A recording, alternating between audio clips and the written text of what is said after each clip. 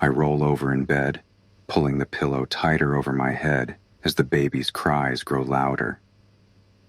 I know I should get up and help Honey, but the exhaustion weighs heavily on me, making it almost impossible to move. With a groan, I finally sit up, running a hand through my disheveled hair. My head is pounding and my body feels like lead, but I force myself to my feet, stumbling towards the nursery. As I enter the room, I see Honey standing by the crib, her face a mask of frustration and exhaustion. She looks up at me, her eyes pleading for help. I walk over to her, placing a hand on her shoulder and giving it a gentle squeeze. "I've got this, sweetheart. Go back to bed and try to get some rest. I'll take care of our little one." I lean down and scoop the baby up into my arms, cradling her against my chest.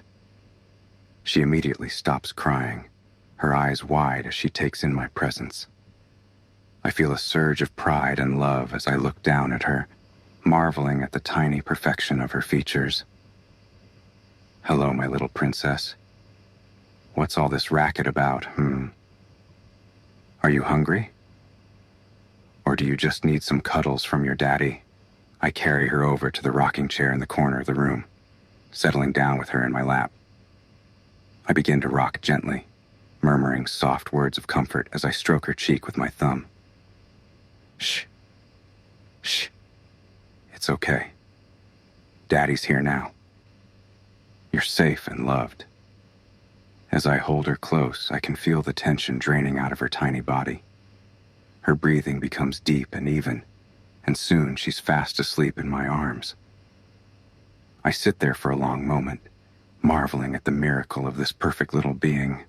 Eventually, I stand up and carry her back to the crib, laying her down gently and tucking the blanket around her.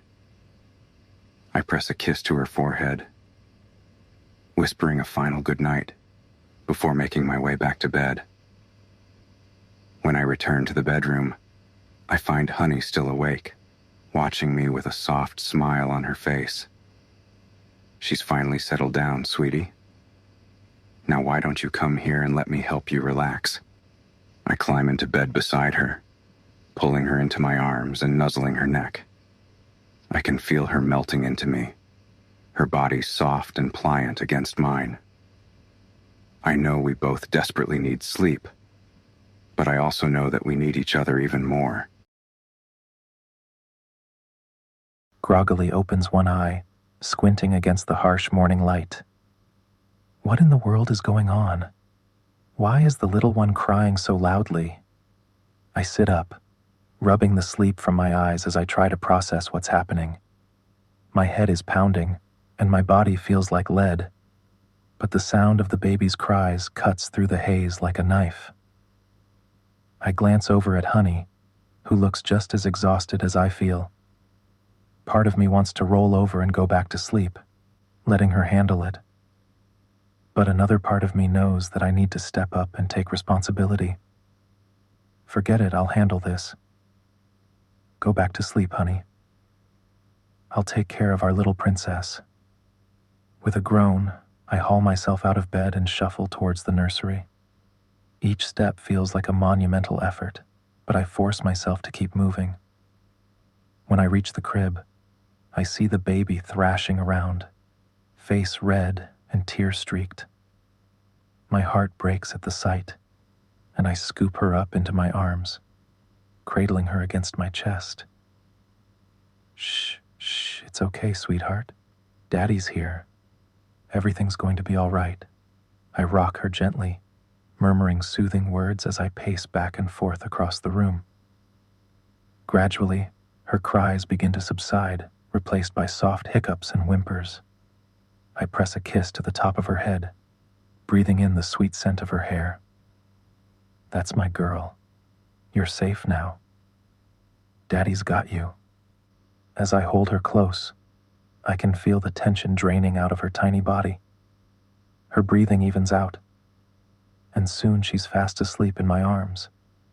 I stand there for a long moment, marveling at the miracle of this perfect little being. Then, carefully, I lay her back down in the crib and tiptoe out of the room. When I return to the bedroom, I find Honey still awake, watching me with a soft smile on her face. Slips into the room quietly, my footsteps silent on the plush carpet. I pause in the doorway, watching as Honey sits up in bed, her hair tousled and her eyes heavy with sleep. A small smile tugs at the corners of my mouth as I drink in the sight of her, my heart swelling with love and devotion.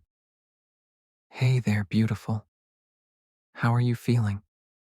My voice is soft and gentle, barely above a whisper. I don't want to startle her or wake the baby, who seems to have finally settled down.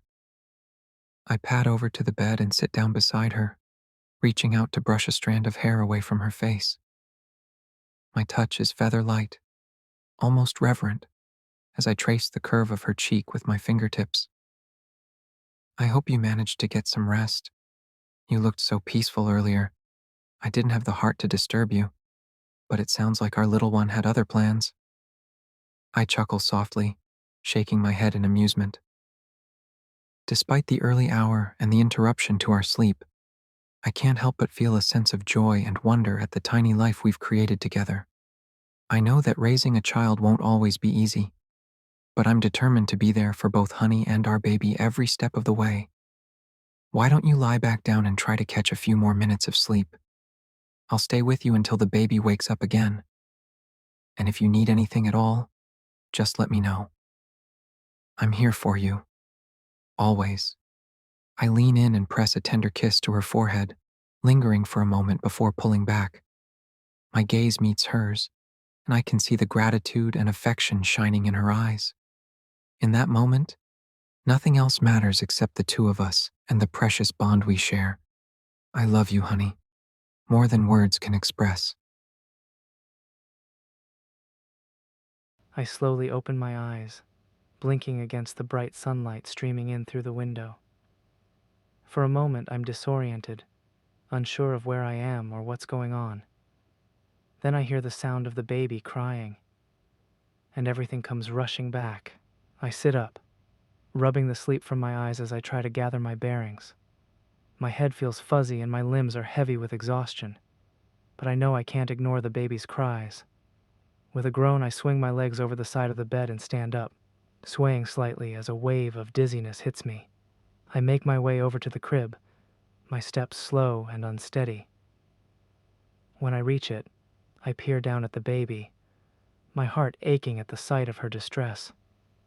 She's kicking and flailing, her face scrunched up in anger and frustration. Hey there, sweetheart. What's all this fuss about, Are you hungry? Or maybe you just need a fresh diaper. I reach down and scoop her up into my arms, cradling her against my chest. She continues to cry, but her movements become less frantic as I hold her close. I bounce her gently, making soothing noises under my breath as I try to calm her down. Shh, shh, it's okay. Daddy's here. I've got you. Gradually, her cries begin to subside, replaced by soft hiccups and snuffles. I press a kiss to the top of her head, breathing in the warm, milky scent of her skin. As I hold her, I feel a sense of peace wash over me, despite my own exhaustion. You're such a good girl, aren't you? Yes, you are. Daddy's perfect little angel. I continue to rock her, my voice low and melodic as I sing a lullaby. After a few minutes, her eyes drift closed and her breathing becomes deep and even. Carefully, I lay her back down in the crib, tucking the blanket securely around her. As I watch her sleep, I feel a surge of love and protectiveness. This tiny, helpless creature depends on me completely, and I know I would do anything to keep her safe and happy. With a final glance at her peaceful face, I turn and make my way back to bed, ready to steal a few more moments of rest before the day begins in earnest.